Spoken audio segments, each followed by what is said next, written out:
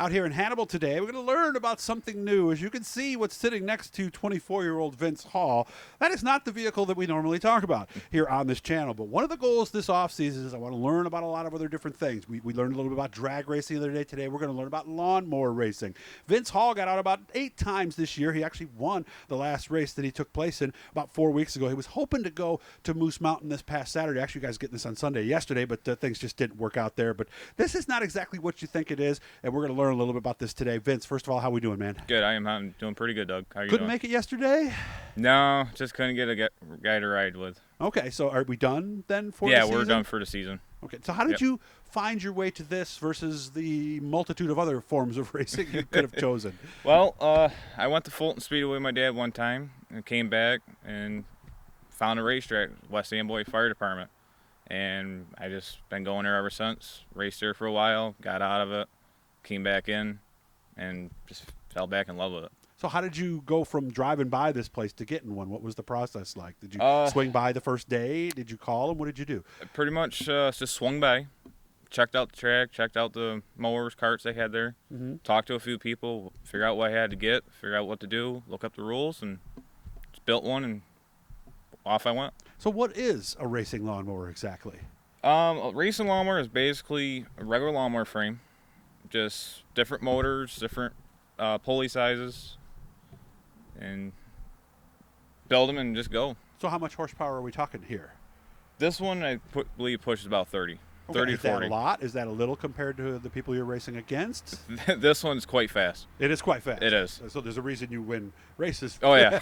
Okay. For sure. Because I've seen because I did a little research on this. I kind of looked around a little bit on YouTube to kind of see, and I see some that look like they could be right off somebody's lawn, literally out there racing, and others like yours. I mean, you're sitting lower.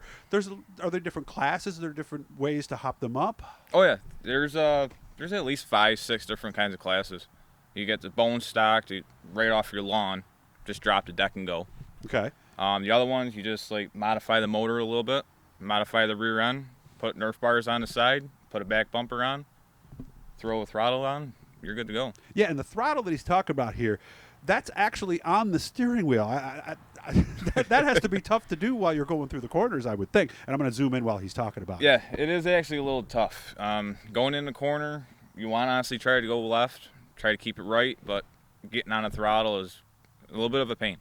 Yeah, because as you're turning more, right? Yeah, as you're turning more, you got to somehow move your fingers with the throttle just to keep it going. Yeah, when your right hand's actually over your left. Yeah. So is that the part that takes getting used to the most, maybe? It is. Okay. What else is different than what we'd see for somebody out there with their lawnmower today?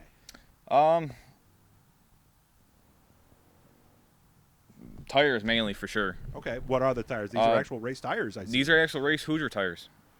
Dirt racing, just made for dirt. For what particularly are they made? Mainly clay. Mainly clay track. I mean, are they go-kart tires? Are they? Yeah, they're go-kart tires. Okay, because I guess I never saw a rear tire quite that size. These are 8-inch Hoosier tires. A little bit bigger than a normal go-kart size tire. They expensive? About $80 a piece. Yeah, so as long as it's a racing tire, expensive. right? Yeah, little go-kart tires are $55 to $80 too, guys. So it's not like. And I see we have the battery in between our legs. Is that take a little getting used to also? It is, because your legs are a little bit far apart. To keep your feet inside is a little challenge too, because with this one going around so fast speed, you're kind of hopping and your whole body's hopping. Keep your foot on the brake in case you got to stop. That's a little bit of a challenge. And then just really trying to figure out how to get in the corner. And of course, there's no front brakes, right? All the No, brakes in the it's rear, all right? right on the inside of the right rear. Yeah, so no bias adjusters, nothing like that. You told me there is a kill switch too, kind of Yes. like if you're at almost like a Sea-Doo for oversimplification, or a snowmobile, right? Yep. You just take them off a Ski-Doo or snowmobile, whatever. I think a boat too. I think some have them, and mount it anywhere. And if you flip over, as long as you have it attached to you somewhere, it pulls out and it shuts the motor right off. Yeah, you told me you have it on your belt. A lot of people put it on their belt. Right on their belt loop, right you around their don't want arm the thing leg. to keep going after you've fallen off. No, right? So no. Does that happen a lot?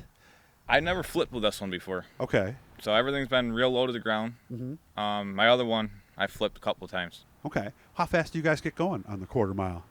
This one, I say, will probably do about 45, 50. That's pretty quick. Yeah. It's got to feel it because you're low, Oh, too, yeah. right? You can really feel it. Yeah? Yep. Okay. How many people do this? The most we've had this year was about 8. We've had a couple people from Owego down in Binghamton area. They came up. So how much are we talking to put one of these together roughly? What's the high?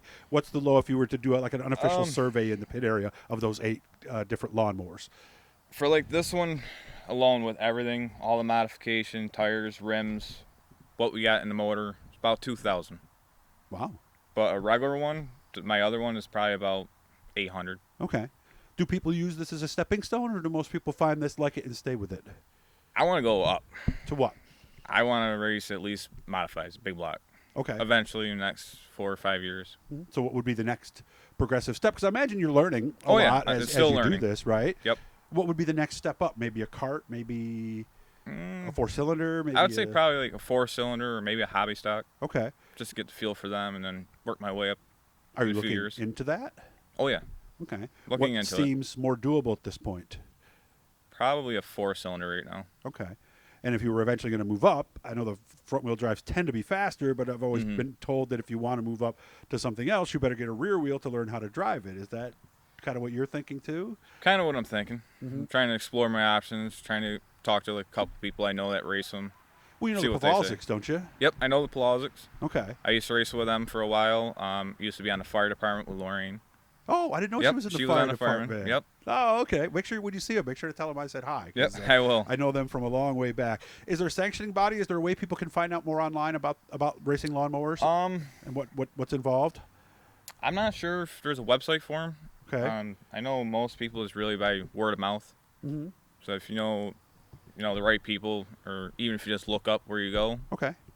I'm sure people will tell you. All right. And if you're on my Facebook page and you're seeing it there, obviously you can click on Vince's because I'm gonna tag him there. So if you're interested, send him a message, and I'm sure he'd be happy to. Yeah, I'd be more willing to get you everything. Get you past that 101 stage and see if this is something. Well, do kids do this too, or no? They don't allow kids. So it's 16 is the minimum, kind of, or something? I think it's about 15. 15? 15, 16, somewhere So they around could. there. Maybe as an in-between for a cart and something else. Yeah. So, well, I appreciate you having me out, man. Yeah, This is I appreciate very it, Doug. interesting. And, guys, again, hit him up here. And Moose Mountain is one of the places that they run this right over in Hastings, too. So sometime next year, if you want to see something different, go on up there and check it out. And maybe someday I'll even hop on one of these things and see how I can get around there, too. Hit the blue E, subscribe, share, support, like, hit the bells, all that good stuff. Vince, thank you so much for your time, and good luck with everything. Please keep in touch. Will do. Thank you.